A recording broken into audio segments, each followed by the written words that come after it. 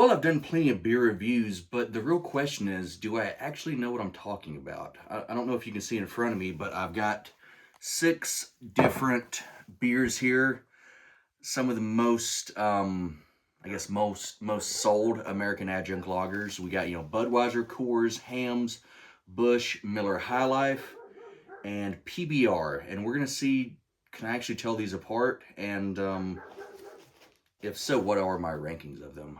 So far, well, a couple of these do not look alike. Color-wise, they're all quite similar, but this one, I'm going to go ahead and we got this labeled number 6. I'm going to go ahead and just guess this is Miller High Life, just because of how much head you'll typically get with High Life. Take a whiff. I'm getting cardboard and corn. I think we're going to go Miller High Life on this.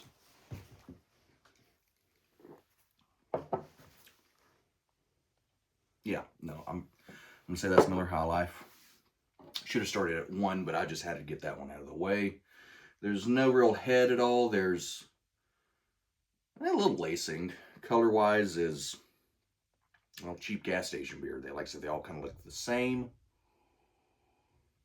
Smell is almost non-existent. You're going to get the faintest cracker note, which you're probably going to hear a lot. Honestly, I could probably use the same descriptors for all of these beers. It's just the little differences. But not much here. I'm going to go ahead and go on a limb and say Hams.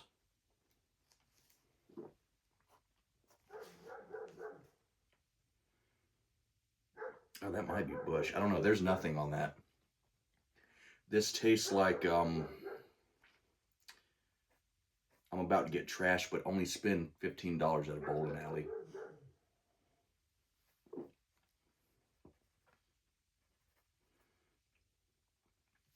We'll say number 1's Hams. Yeah. Number 2, had more foam on top, and it's staying there. Oh, this is Coors Banquet. I can already smell the skunk. Well, not skunk, but there's a little funkiness I've always got in Coors Banquet.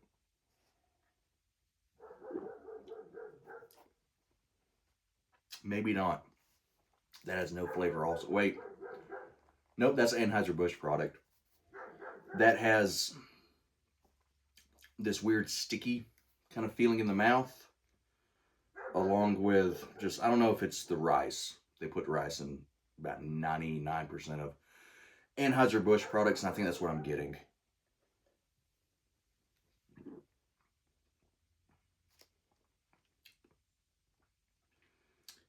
I'm afraid that I'm just got all of these wrong already, but we'll go to number 3, and that's different. Ooh. Go ahead and smell the other 2.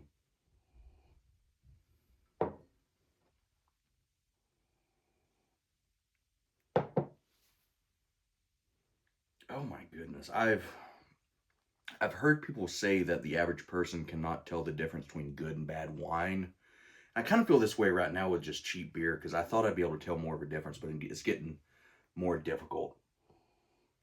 Number 3 just smells bad. It smells like rancid cardboard. Like, it smells like someone should have took the trash out, but didn't, and a cardboard box got rained on.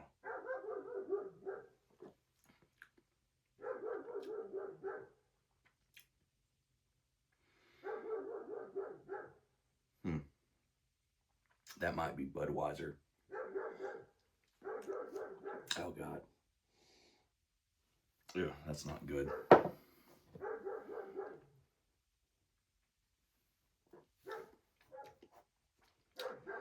We've got number 4 here, and I didn't sniff it, but I just went ahead and took a sip. Let's take a whiff, though.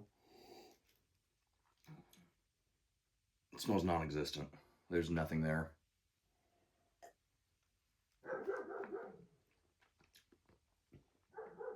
Nope, that's PBR.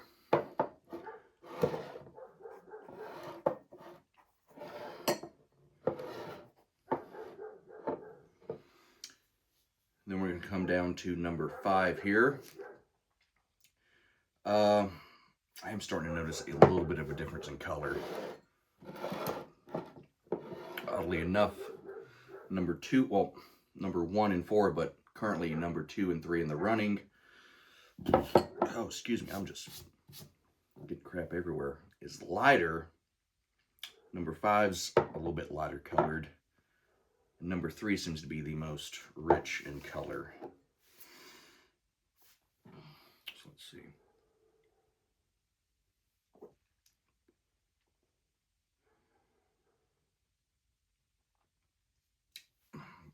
That tastes the same too.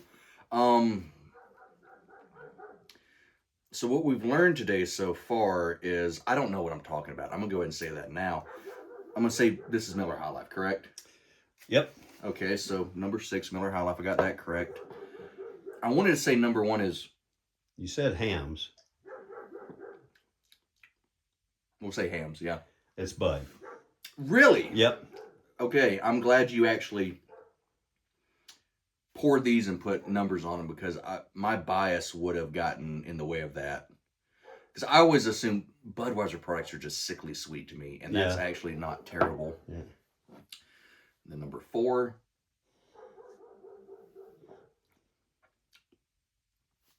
Put that in front of Budweiser, actually.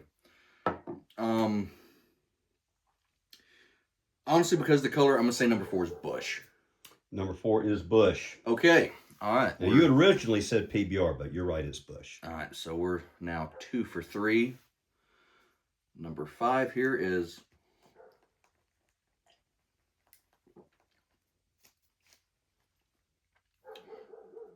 I'm saying number 5 is PB. Number 5 is PBR. Nope, it's Coors. Really? Oh my goodness. I already drank number 2.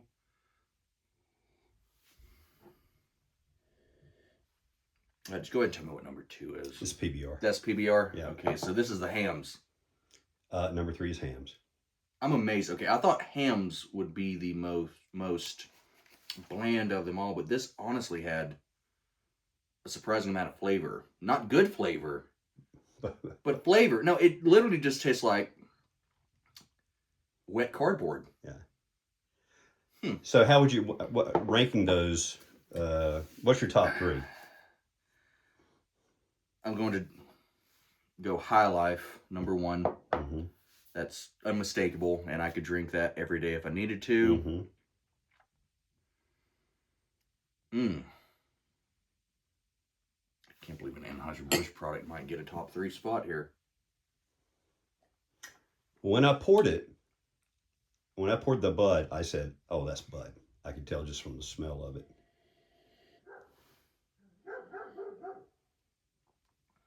How does that make sense? There's more smell in Busch than Bud. I don't know what's going on with that.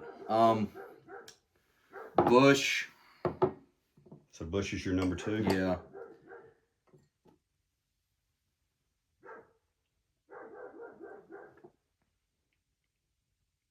Okay, you got it. I can definitely tell PBR on that now. No, that was Coors. Oh, that was the Coors? Okay, wait, PBR was... PBR was number 2. Okay.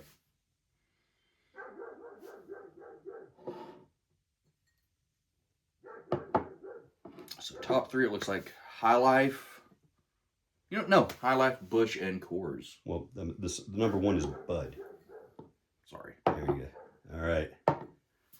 All right. So we have learned that I kind of know what I'm talking about, but not a lot. I don't know. When I'm drinking one of these by themselves, I can taste a lot, but I didn't realize they were this similar at all. Also, I didn't realize, my goodness, Busch is, that's light, but wow. So's Coors. Well, so full disclosure, I actually had a Busch prior to this because I don't think I've ever drunk a Busch beer. Really? Yeah, and knowing what it is, knowing it was intended to be, it was released in 1955 as Busch Bavarian beer. Mm-hmm. And I think they reformulated it sometime in like the 60s or 70s to make it a lighter beer, more kind of refreshing out. Mm-hmm. And they went with the outdoors theme on it and that kind of thing. And a value beer, a budget beer.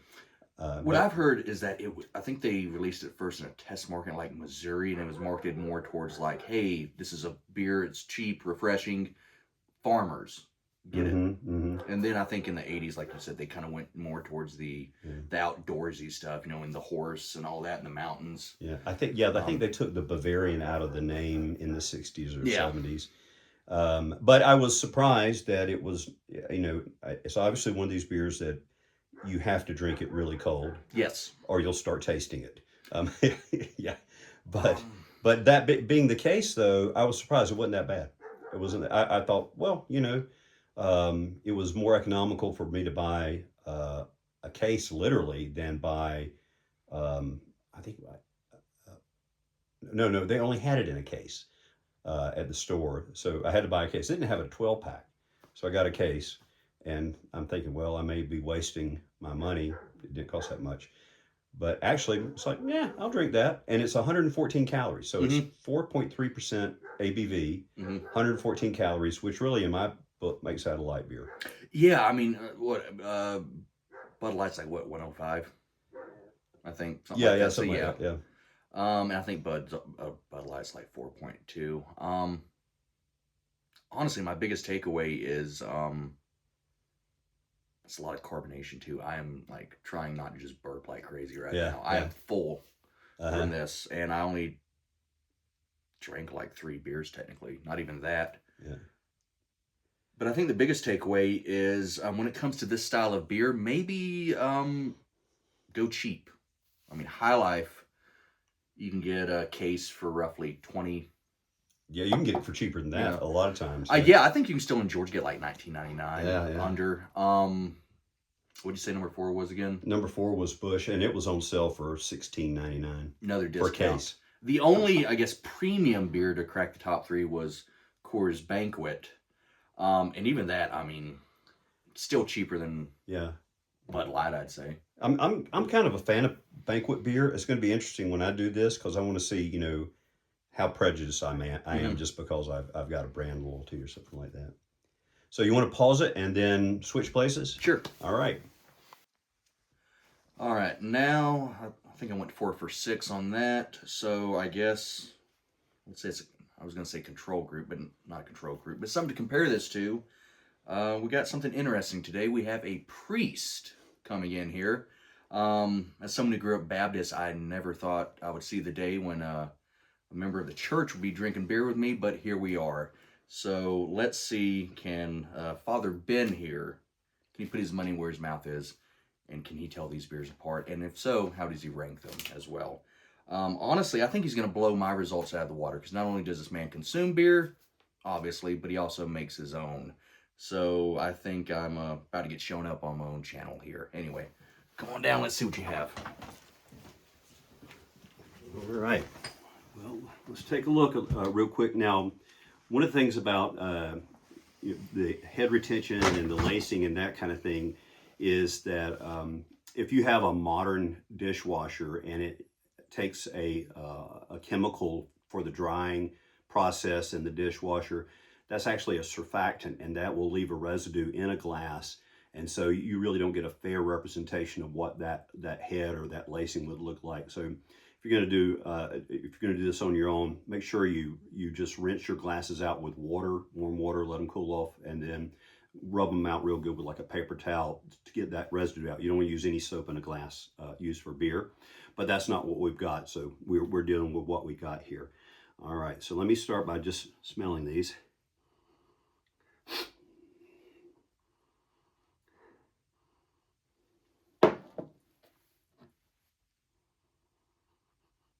Really, I'm not getting a lot. There's guys that can smell like the apple smell, which is a part of my macro brew process. You'll get those. I don't even remember the chemical name, but it's a DMS, I believe. No, it's a aldehyde, something aldehyde, amelia aldehyde. I can't remember, but it's a phenol. It's a long strand chemical.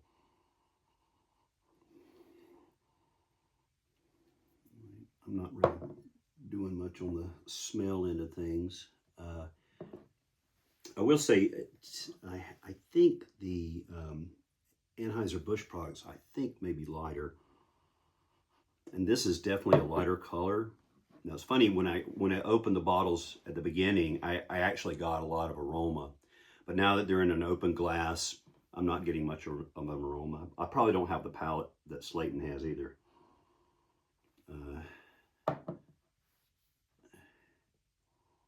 Oh, that has the most. Number 6 has the most smell, and it's not unpleasant. All right, well, let's work through these here real quick.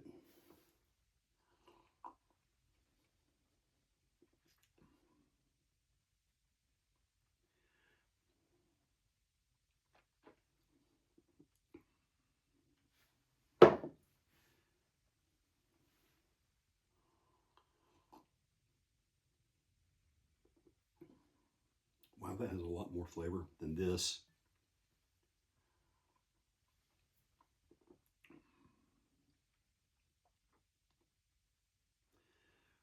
I'm going to go out on a limb and say that number 2 is Hams. I'll let you know.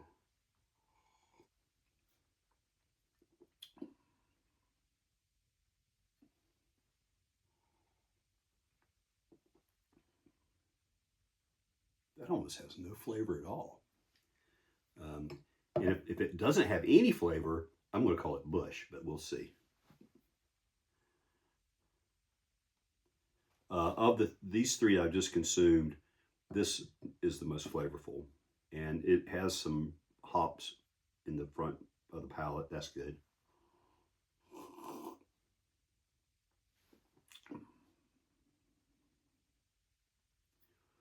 Oh, Slayton, your palate's much better than mine.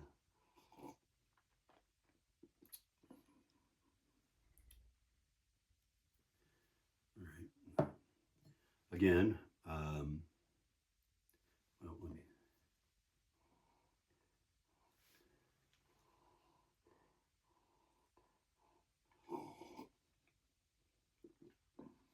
That's Budweiser. Oh my goodness. I love how just matter of fact you were about that. Well, I mean, you really, so like a lot of people, I want to hate on Budweiser. I'm not a Bud drinker. In fact, and here's the thing too about when you get the beer, how it's been stored, what kind of light, even though the brown glass is supposed to keep it from getting skunked by the lights in the grocery store, it still has an effect on how long it's, has it been refrigerated the whole time? So all of those things. And the last time I got Bud, it was just nasty. But I don't know that this, I may be wrong, but that's Budweiser. If I'm wrong, I'm really wrong.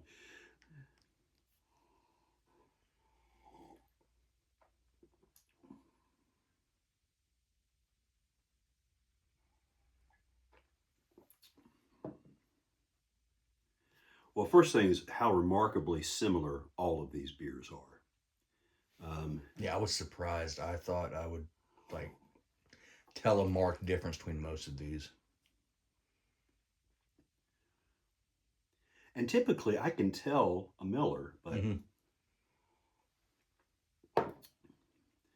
going to say, okay, so we'll start describing this. The mouthfeel is fuller mouthfeel. It had a lot of head when I came in here. That can a lot of times indicate it's a Miller.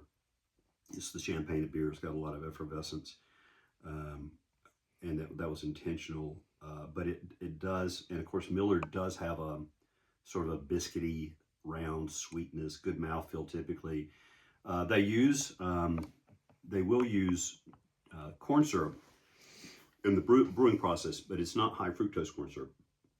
It's just dextrose, and a lot of times it's a neutral flavor, and it's used. I'm like you're burping all this. Yeah, it's amazing. It's used to build up your ABV. So and it doesn't add anything to the flavor profile, but it gives you some ABV. And this is why corn syrup is often used. And you see it on the can, you think, "Oh, gross! That's horrible." Another thing that I think Miller does, and others do as well. I think Hams does this as well. Hams actually uses yeah, I know Hams uses corn extract or corn syrup as well, but you'll see hops extract on some stuff. So you're not using they're not using just like, they might use pellet hops. They might use, I don't know of any macro brews that just kind of throw hops cones into the vat. So it's all very controlled, and that's why you get hops extract. But I think the extract process hurts the quality of the hops flavor. Well, the biggest thing is just it's cheaper. Yeah. Too.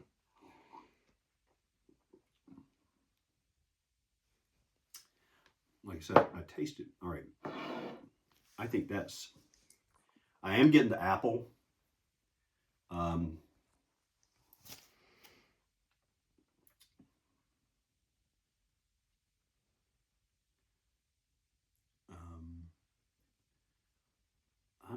I'm going to call that Bush. So number 2, you're putting as Bush. Yeah. All right. Yeah.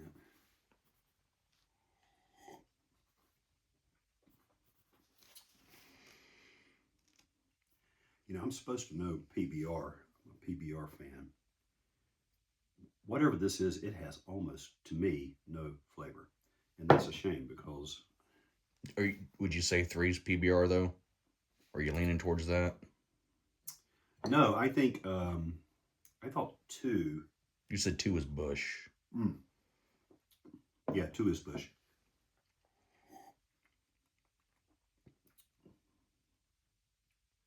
Might as well. I would say that's PBR.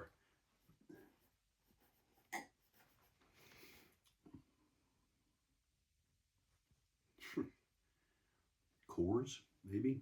Number 4 is Coors. And I already said 5 was Bud. Yeah. I mean, you just opened. I'll go ahead and say, because I grinned as soon as you said it, yes, number 5 is Bud. Yeah, yeah.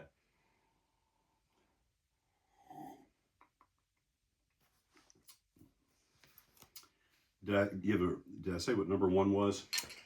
No, you haven't commented on 1 right, or 6. I think this is Miller. All right. And I'm going by color on that.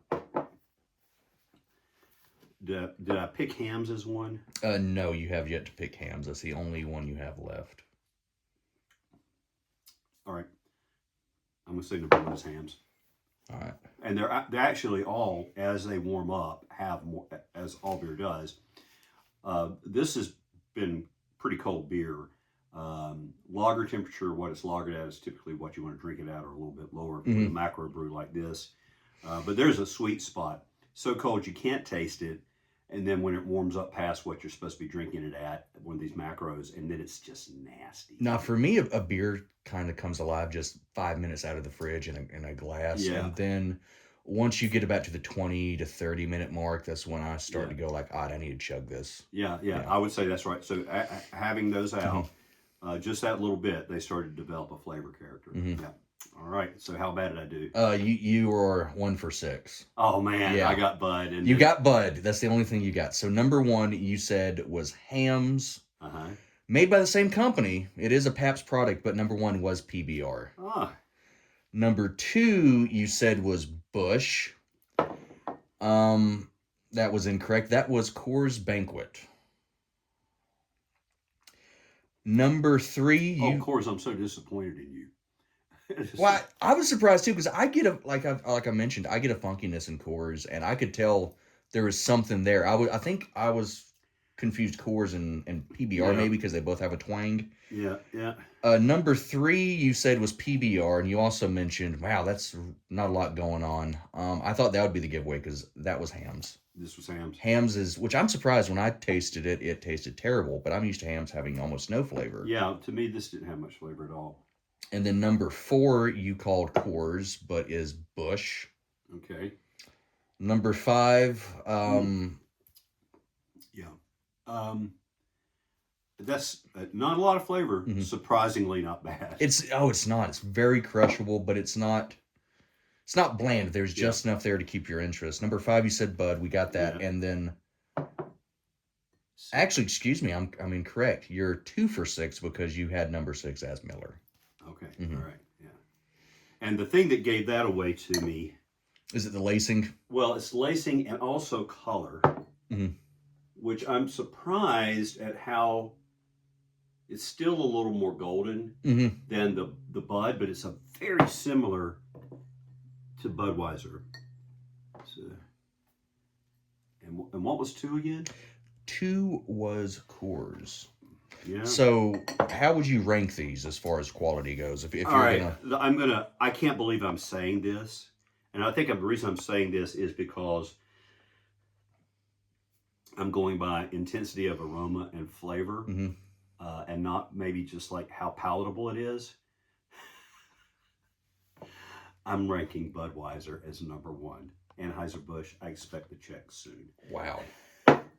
Hard to believe, isn't it? I'm ashamed of myself. I know I crap on Budweiser. Now, when I was like 16 and I didn't know better, I thought Budweiser was a fantastic beer. But maybe I was right when I was 16. Maybe it's just I don't know. It's simple. It's crushable. It's It's not as it's the most sickly sweet as I remember. yeah. So a lot of times Anheuser-Busch products get not because of the sweetness to them. Yeah, Well, what you get is you do get a wonderful kind of bitterness on the nose. I don't know if that has anything to do with I think beechwood was added to smooth it out. But Beechwood chips. Yeah. yeah, but I don't know if that's what I'm smelling. I don't know.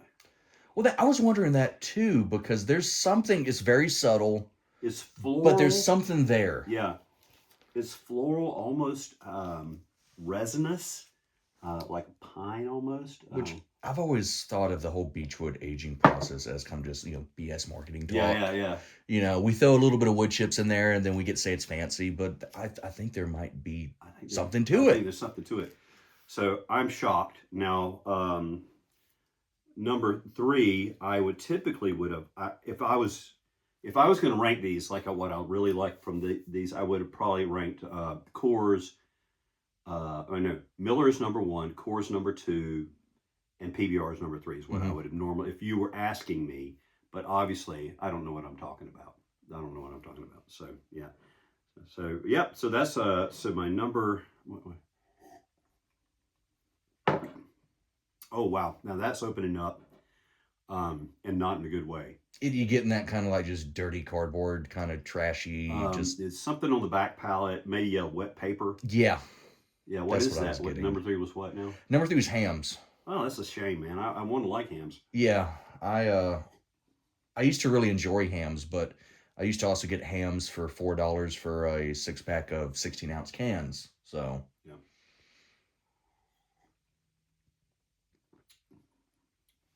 All right. This was Bud, yes, and this was Miller, mm-hmm. and what was two? Coors. Well, that's how I ranked them. Wow. I know. So I don't know what I'm talking about. I don't know if I can trust your palate anymore. The fact I know. that I know. I'm not even concerned that you missed a lot of these. I'm just concerned that Bud came on top. I mean, obviously, I hope I'm a better priest than I am a beer sampler. Well, all right. I will say I got some weird looks getting the PBR, because I got it right at like noon, and it took a lot of self control not just to say like, don't worry, because the person behind the counter was like, kind of gave me a look like, you're buying beer this early. I really want to go, no, I'm bringing this to a priest. It's okay. It's okay. It's fine. Yeah. Oh, I bought my beer at 10 o'clock this morning. It's like I had 2 6-packs in a case. Getting ready for the big game because we can't say the word. No, you can't say the actual name of the big game. Copyright. Yeah. Yeah. So yeah. So I think that's probably why they give me a pass. Well, that's great. Slayton, thanks for letting me be on your channel. Oh, no problem. I was happy to have you. It's just, I'm surprised. I'm still surprised. My first guest is a priest. Like I said, Baptist my mind would have been blown right now. But, some people call, like, Episcopalians Whiskeypalians, so maybe there's something here. Yeah. Anyway, we'll have to do this again. Honestly, we need to do more regional beers. We need to do, like, a best of U.S. regional beers, and it took a lot of self-control not just go ahead and clean out the gas station's Mexican beer section, because that's another one we need to do. Yeah. Best of Mexico. Yeah. But honestly, we might need to invite more guests and see if they can beat my palate. Well, I like beer, but I obviously do not have a discriminating palate. I'm surprised though. I used to chain smoke a lot. I thought my taste buds were shot, but evidently I might still. Well, I do smoke a pipe fairly regularly, so that might have something to do with it. Yeah. Well, we thank you for entertaining this little experiment. Like usual, Have a good, well, I was about to say good night. Have a good day and a pleasant tomorrow.